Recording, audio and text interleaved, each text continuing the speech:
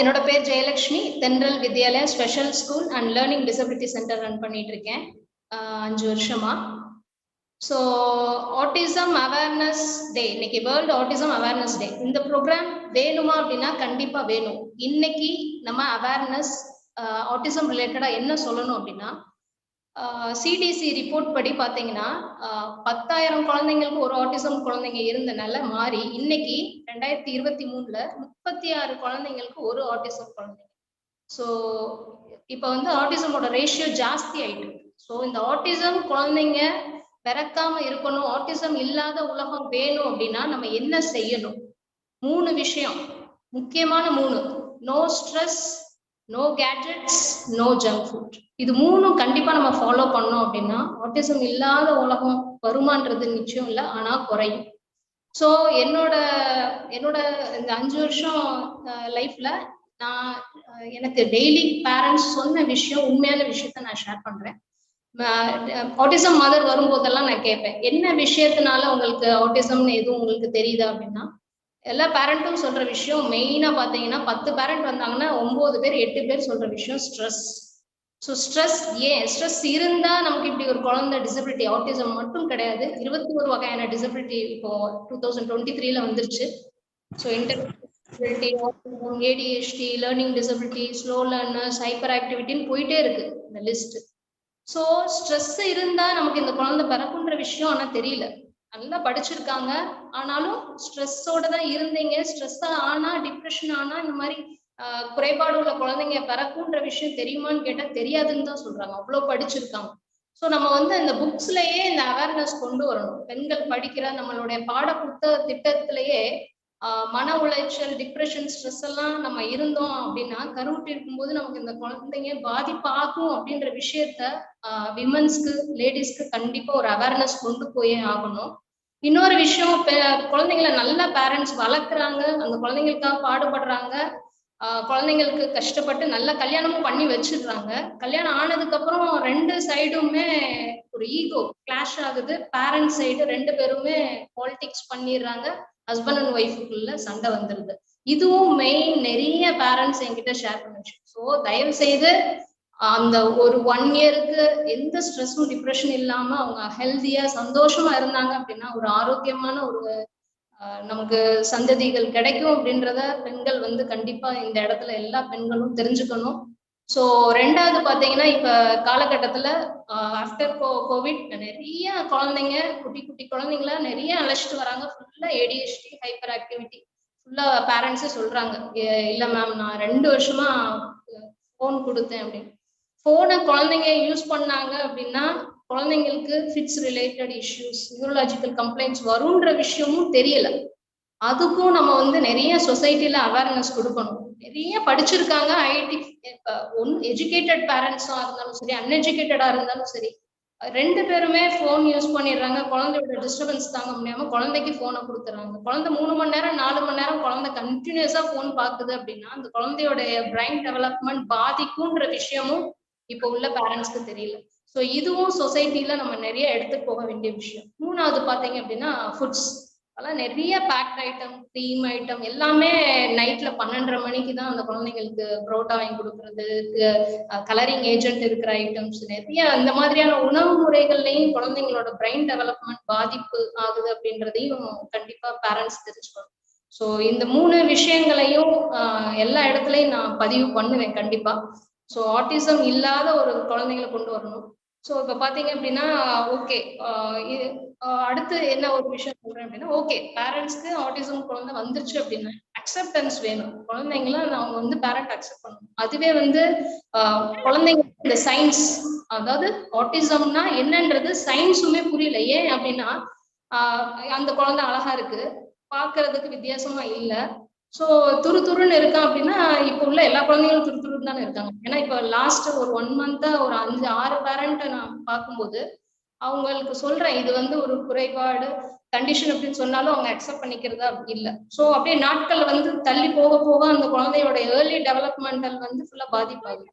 என்னோட எக்ஸ்பீரியன்ஸ்ல பாத்தீங்கன்னா 5 வயசுக்கு முன்னாடி நம்ம ட்ரைனிங் அந்த குழந்தைங்களுக்கு, ஆட்டிசம் குழந்தைங்களுக்கு ஸ்டார்ட் பண்ணோம் அப்படின்னா கண்டிப்பா அந்த குழந்தைங்க சரி ஆவாங்க.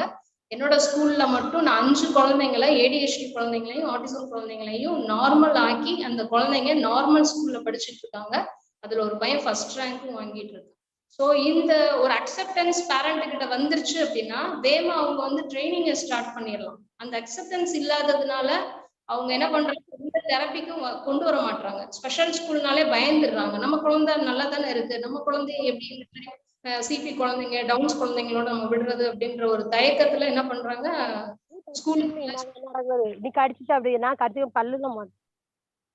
ஸ்பெஷல் ஸ்கூலுக்குள்ளேயோ ஒரு ஸ்பெஷல் ட்ரைனிங்க்கோ அவங்க வந்து கொண்டு வர மாட்டாங்க. ஸோ அக்செப்டன்ஸ் வேணும், ஏர்லியர் டெவலப்மெண்டல் ட்ரைனிங்க்கு அவங்க விடணும். அதுக்கப்புறம் அந்த குழந்தைங்கள நல்லா கொண்டு வரலாம். அதுக்கப்புறம் இன்னுமே நான் கவர்மெண்ட் கிட்ட என்ன கேட்டுக்கிறேன் அப்படின்னா, நல்ல எஜுகேட்டட் பேரண்ட் வந்து ஆட்டிசம் குழந்தைங்கள சொசைட்டில ஓரளவுக்கு அவங்க வந்து நல்லா கொண்டு வந்துடுறாங்க. இப்போ நான் டெய்லி பார்க்கும்போது 10 ஆட்டிசம் பேரண்ட்ஸ்ல ஒரு 3-4 பேர் வந்து அன்எஜுகேட்டடா இருக்காங்க, ரொம்ப புவரா இருக்காங்க.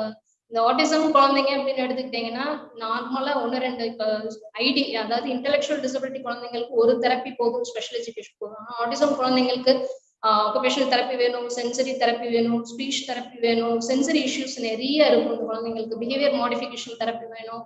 ஸோ நிறைய இவங்களுக்கு இந்த மாதிரி எல்லா தெரப்பிஸும் போகும்போது தான் அவங்க ஒரு நார்மல் லைஃபுக்கே அவங்கள கொண்டு வர வேண்டியதா இருக்கு. ஸோ அந்த மாதிரி புவரா இருக்கிற பீப்புளால இவ்வளோ தெரப்பிஸ் கொடுத்து இவ்வளோ செலவு பண்ணி அந்த குழந்தைங்களை கொண்டு வர முடியல. ஸோ அப்போ என்ன பண்ணணும், கவர்மெண்ட் வந்து ஃப்ரீயாவே இந்த ஆட்டிசம் குழந்தைங்களுக்கு ஒவ்வொரு டிஸ்ட்ரிக்ட்க்கும் கவர்மெண்ட் ஒரு ஃப்ரீ தெரப்பி சென்டர்ஸ் ஸ்டார்ட் பண்ணணும். ஸோ நிறைய அவேர்னஸ் ப்ரோக்ராம் கொடுக்கணும், ஆட்டிசம் இல்லாத ஒரு உலகம் கொண்டு வரணும். ஸோ இதை ஒரு தீர்மானமா எடுத்து நம்ம பண்ணணும். அது பிளஸ் மென்டல் ஹெல்த் வந்து நல்லா இருக்கணும்.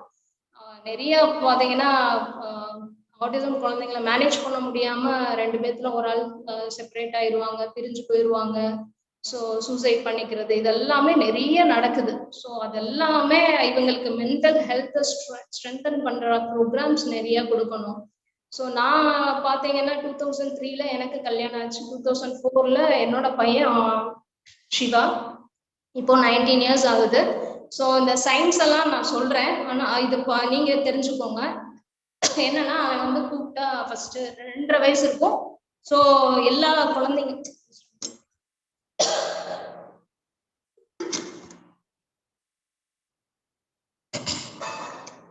ஸோ அவனோட சயின்ஸ் பார்த்தீங்கன்னா சேம் 2.5 வயசுல பார்த்தீங்கன்னா அவன் நல்லா பிசிக்கல் அப்பியரன்ஸ் நல்லா இருக்கும். ஸோ எனக்கும் சேம் அந்த எந்த டவுட்டுமே இல்லை.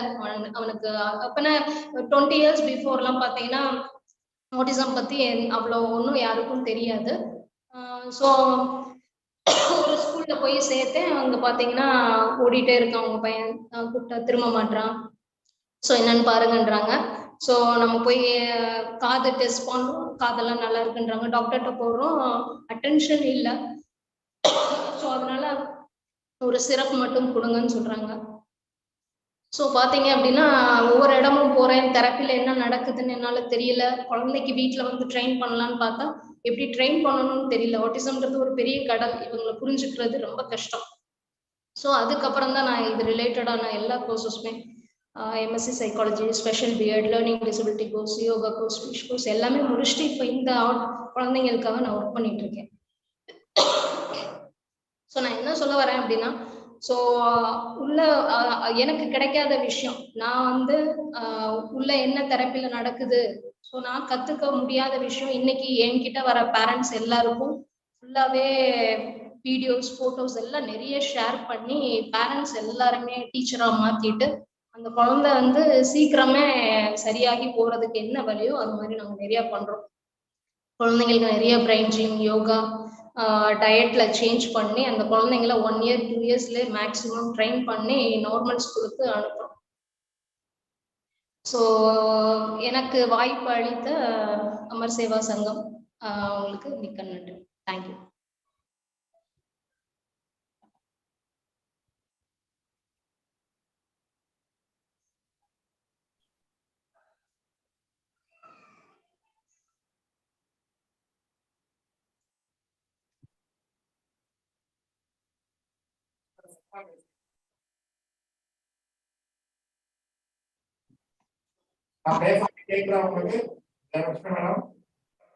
கேக்குது சார்?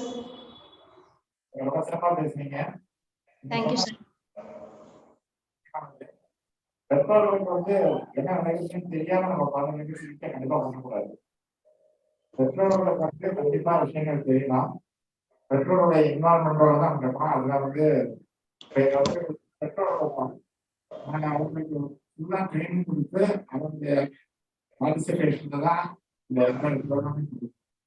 ஸோ இந்த விஷயம் நீங்க சொல்றது வந்து ரொம்ப இம்பார்ட்டன்ட் விஷயம்.